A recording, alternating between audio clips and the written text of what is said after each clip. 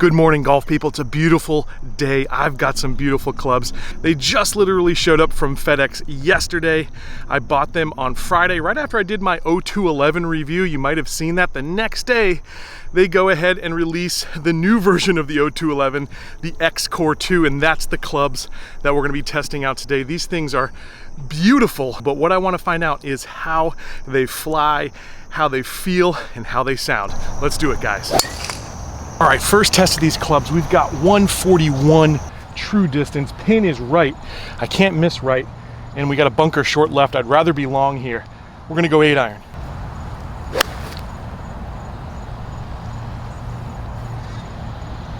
Tell you what, they came off the face really nicely there. And we're either on the fringe or on the green. So yeah, here we are. Basically pin high, maybe a yard or two short, but we're just on the fringe. We should actually have a pretty good putt at it coming back this way.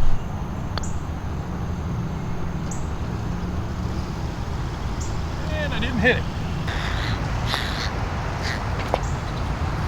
All right, guys, so decent start there.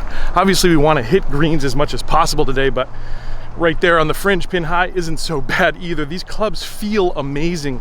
This is actually the second time I've played with these clubs now. These clubs are not forged, but they feel buttery smooth, so close to being a forged club. They've got excellent feel to them. All right, now we've got a par 5. It's about 525 yards from where I'm standing, pretty straight away. It's gonna give us the opportunity to hit a couple nice irons here. Well, guys, that drive might be in a little bit of trouble, but it will give us an opportunity to test workability. And that's what we're trying to do, test all the shots here today with these clubs just to see how they perform. By the way, I failed to mention over-under. Today's over-under is going to be plus or minus 2. So 2 over or better, that's a win. 3 over or higher, not so good. Well, how about that for a lie, guys? We're pretty much buried. And we're gonna have to thread the needle here as well. So this is going to be an awesome chance to test out control and just how much these clubs get through the rough. Oftentimes game improvement clubs don't get through the rough so well because the sole of the club is so thick. This is a nice player's look to it. Everything about this club is like a player's look. The top line, very thin and tapered up at the top here of this club. I think it's better even than the 0211 from 2021, the DCs that I tried out last week. These ones seem to be an upgrade in terms of the looks department and the playability department. Let's see how they do here.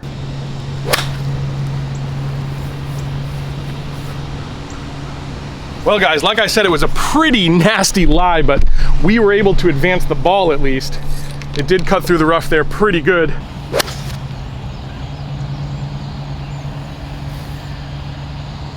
Well, boy, that came out really nicely again.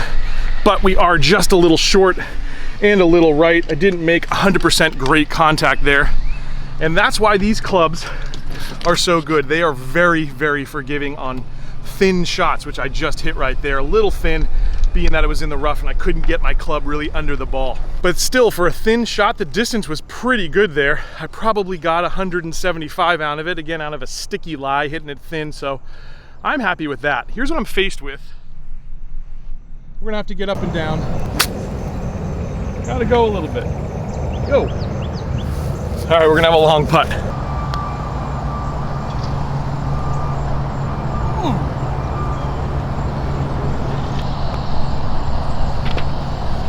Got ourselves into trouble on the drive there, and that cost us a stroke. So let's make one up here. We got a par 3. All right, guys, we've got 152 here. I'm gonna go 8-iron again because that pin is towards the back of the green. I don't want to go over, which I think I would pretty much guarantee myself if I hit 7-iron here. So better I take a little less club and land it short. I want to show you what these things can do, so hopefully we hit a good shot. Well, I've pulled another one, but again, these things just fly off the face. I had plenty of distance there. Normally, 8-iron's like my 145 club, but had no problem carrying the bunker there on the left. We've got another putted birdie here. The other thing that's really nice about these PXG clubs is you can customize them to your preferences. I put on the Elevate 95 gram stiff shaft from True Temper. I've got medium-sized grips, which are really nice for my hands. And I've got these set up 1 degree upright. No charge for any of those customizations, which is really nice. Plenty of shaft choices as well. That's one thing I really appreciate about what PXG is doing. Really glad I didn't hit 7-iron there. because I would have been well off of this green. As it stands, I'm just on the fringe. I'd like to count that as a green in regulation, but I don't think I can, guys.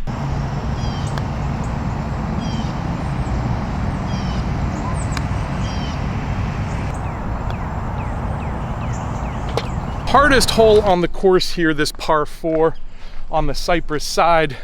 We're gonna need 2 really good shots, so hopefully we can start off well with the driver. Then we'll have a longer iron in our hand.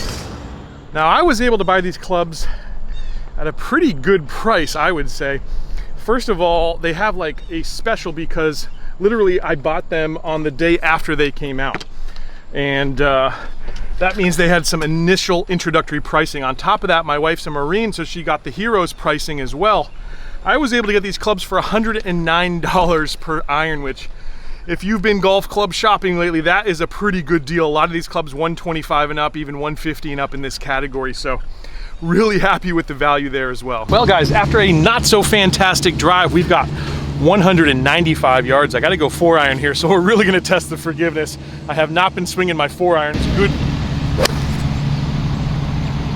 Well, I'll tell you what, it really just flies off the club. Plenty of distance there. Again, not a great swing. I pulled it, so we are off the green.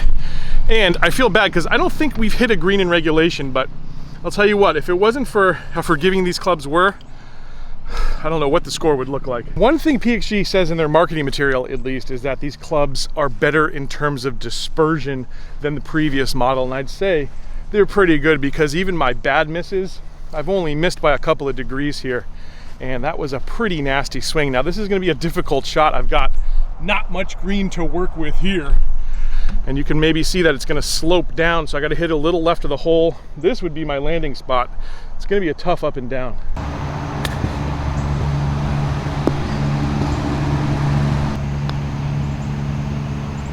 Settle.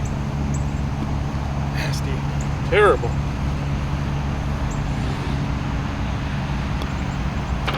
All right, well, we surrender another bogey there, which puts us right on the number, and that's not a good thing because we've got 5 holes to play.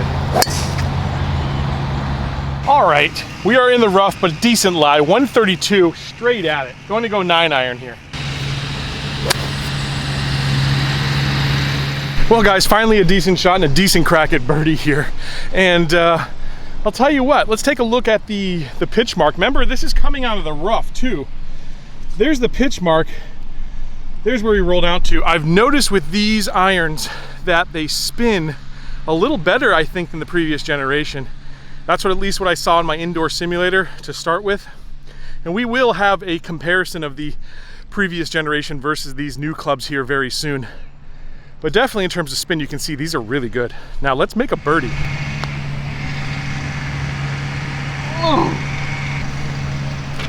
I thought we had one there, but I'll tell you what, it's getting better. We're heading to another par 3. All right, we've got 174 to a pin cut in a very dangerous spot again.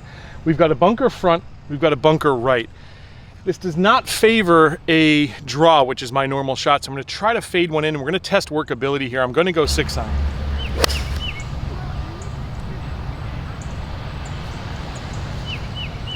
Well, I'll tell you what, that faded pretty well, but I think that might be the only chink I see in the armor of these clubs. The fact that workability you're definitely going to miss out on if you've been playing a player's iron. You can really fade and draw that ball on command. The forgiveness of these clubs, the ultimate forgiveness that they have, that's the trade-off. It's a balance. So you may not get as much workability. Still a good shot there. We've got another putted birdie, so we're starting to swing them a little better. Now you gotta see this. Again, I hit 6 iron there, guys, and these are pretty strong lofted clubs. That's where we hit. It rolled out 2 extra yards, 6 more feet to there. We'll get there. Now, talking about lofts with these clubs, they definitely are pressed forward from your traditional classic lofts, but they're not outrageous. 19 degrees at the 4 iron, 28 degrees at the 7 iron. You're gonna get a little extra length if you're missing it. If you're someone like me who just doesn't swing it like I used to, and I'm not hitting the ball as far, you're really gonna appreciate that extra distance. And you can see you're not losing the stopping power because of it. All right, guys, par 5 up next. Gotta hit 2 good shots to get us into position to score. I'll tell you what, I don't play on Fridays very often, but the greenskeepers don't like these guys very much. Pin cut right over the bunker again. We've got 139, a little wind in the face. I go in and go 8 here. Nice trajectory. Looking pretty good. We're gonna have another crack at birdie. If you saw the contact or heard the contact there, you might have seen that I was about a half a groove to a full groove low. Hit it just a little thin, but boy, look at this, guys. We've got probably our best crack of the day, at least our second best crack. Maybe our best. Again, look where we stopped. This was an 8-iron. I've got like, man, 12 feet, maybe less. It's time to make one though. It's about time, but I knew one was coming because we've started to really dial these clubs in, guys. We are back to +1. We're in better shape for sure here with 2 tough holes to play. A couple of par 4s to end this one. Let's see if we can finish strong. All right, well, we've got 151, but now the wind has shifted and it's behind us. So I'm gonna go ahead and hit the 8-iron here again. Let's see if we can do what we just did in the last hole.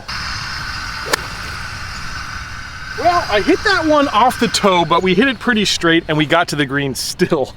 So again, really can't complain with the forgiveness of these clubs. Apparently there's a thinner face, and that thinner face is going to not only make it hotter, and it definitely seems, again, hotter than last year's model. I don't know yet by exactly how much, but we will find out.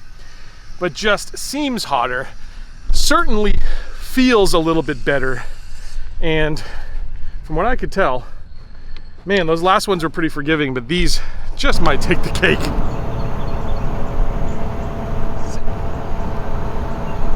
Hold that one. Well, guys, we keep giving ourselves opportunities all of a sudden. Let's see, we missed the first 3, 4. We missed the first 4 greens in regulation and we hit the next 4. So we are 4 for 8. Let's see if we can go 5 for 9. That would be pretty darn good, again, on a day that I didn't start off swinging so well. Who do I think these clubs are best suited for? I think that if you are anywhere between 5 and maybe even 20 handicap, these clubs could be really good for you to look at, because for you better players who, like me, have lost a little swing speed over the years, you're really going to enjoy that extra distance. And for you mid to higher handicaps, like not super high, but you know, you're starting to play better golf, I think this club could really help your ball striking, because it's going to help you feel where you hit it on the face. The face feels so good. Not only does it seem to fly off that face very hot, but you get really good feedback off that face of where you hit it, and you can feel those mishits, and you'll still get great forgiveness out of them on top of it. So it's not only going to help your score, but it's also going to help you improve as a player. Maybe you're not near Scottsdale, Arizona, where PXG is, or maybe you don't have a fitting studio near you. A little pro tip is to go on their website, and they sell these clubs by the singles. You could literally buy a 6-iron or a 7-iron. Just try this thing out and see what you think for your game. Now, of course, for you scratch golfers, this face is going to be a little bit too hot for you, so I don't see this being for, you know, the 0s to 5s out there. I'm a 5.1, and that's kind of a stretch. Luckily, my short game keeps me there, but my ball striking is not as good as my handicap shows. So for someone like me, this works. But if you're a really good golfer, you're probably going to want to be in the player's iron category, and we've got a lot of great reviews on those as well. Last shot of the day here. It's going to be kind of a long one. Let's see what we've got. We hit the fairway again. Can't complain about these drives today, guys. And we've got, wow, that pin must be way back there. We've got 195. Again, the wind's slightly behind me right now, so I'm actually going to go 5-iron. It's a very long green. I may not get there, but we'll really test and see how the distance is on these clubs. Again, hit that one a little thin. We're going to have to get up and down here. But again, forgiveness-wise, in terms of direction, that's really great. Still probably hit that 180 to 185 yards, even on a thin shot. So distance-wise and forgiveness-wise, so very good.